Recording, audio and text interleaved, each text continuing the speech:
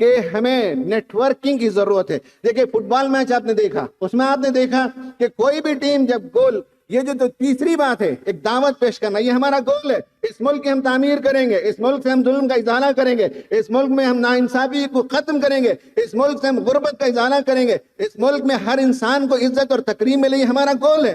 اور گول تک پہنچتے کب ہیں؟ جب نیٹ ورکنگ ہوتی ہے. کسی بھی ٹیم کو آپ نے نہیں دیکھا ہوگا کہ ایک ہی پلیئر وہاں کونے سے لے کر اس کونے تک جاتا ہو, اس اینڈ سے اس اینڈ پر جا کر گول مارتا ہو, ایسا کبھی آپ نے نہیں دیکھا. بیوٹیفلی پاس کرتے ہیں, سسٹمیٹک طریقے سے ایک دوسرے کو پاس کرتے ہوئے آگے بڑھتے ہیں, اور جب فائنل ڈی پر پہنچ جاتے ہیں تو وہاں ایک آدمی پاس کرتا ہے اور ایک آدمی کے سٹروک سے گول پڑ جاتا ہے, لیکن وہ گول صرف اس کا نہیں ہے, وہ پورے 11 کھلاڑیوں کا ہے. جو گول کیپر دور کے اینڈ پر کھڑا ہے اس کا بھی اس گول میں حصہ ہے. اس گول کی حفاظت کرتے ہوئے 2-4 ڈیفینڈرز بیک میں موجود ہوتے ہیں, ڈیفینڈرز وہ آگے نہیں جاتے, ان کا بھی حصہ ہوتا ہے اس گول میں. تو 11 لوگوں کا وہ گول ہوتا ہے, حالانکہ کک شاٹ ایک نے مارا.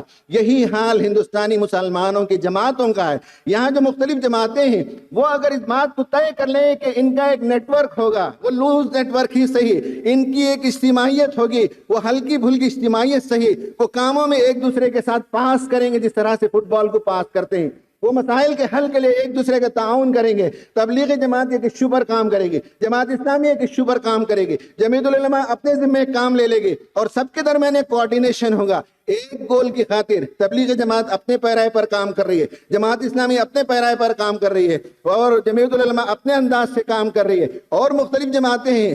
یہ سب جماعتیں ایک گول کے لیے الگ الگ رول پلے کریں گے. جیسے کہ ڈیفینڈر ایک رول ہوتا ہے, سینٹر فارورڈ ایک رول ہوتا ہے, رائٹ اور لیفٹ کا پاس کرنے والا ایک رول ہوتا ہے.